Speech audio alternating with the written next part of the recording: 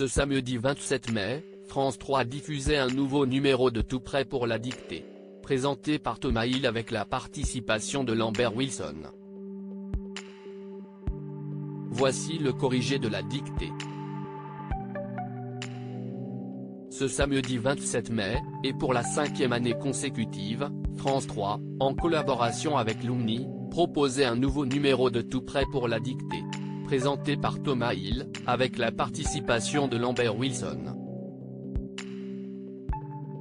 D'autres personnalités comme Liane Folly, Corinne Touzet, Philippe Caverivière, François Rollin ou encore Sylvain Tesson ont participé à la plus grande dictée de France.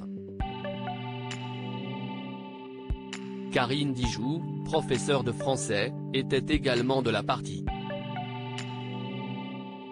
Une dictée assurée par Lambert Wilson. La lecture de la dictée par Lambert Wilson portait d'ailleurs sur le livre de Sylvain Tesson sur les chemins noirs.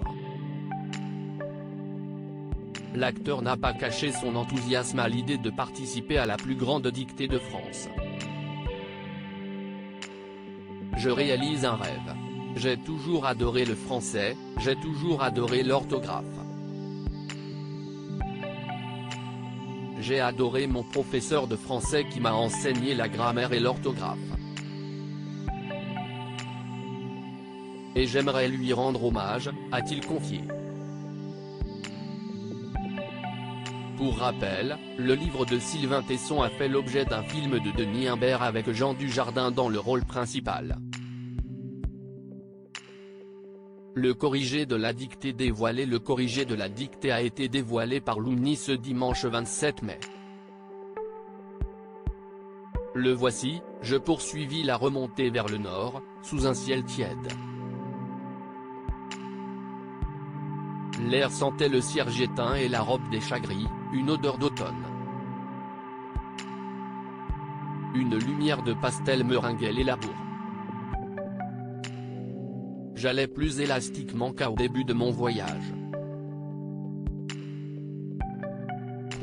Parfois, à grande goulée, j'aspirais l'air au-dessus des champs.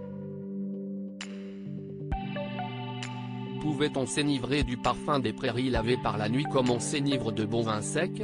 La marche distillait ses bons effets. Elle me léguait ce trésor dont j'avais tant besoin et que j'avais été si peu disposé à conserver, le rythme.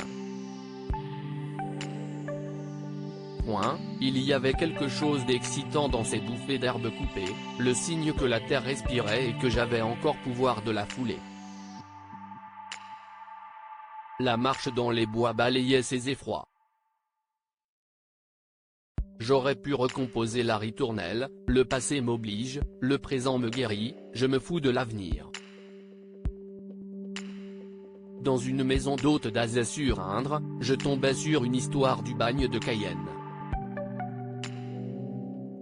J'y découvris l'antienne des condamnés, le passé m'a trahi, le présent me tourmente, l'avenir m'épouvante.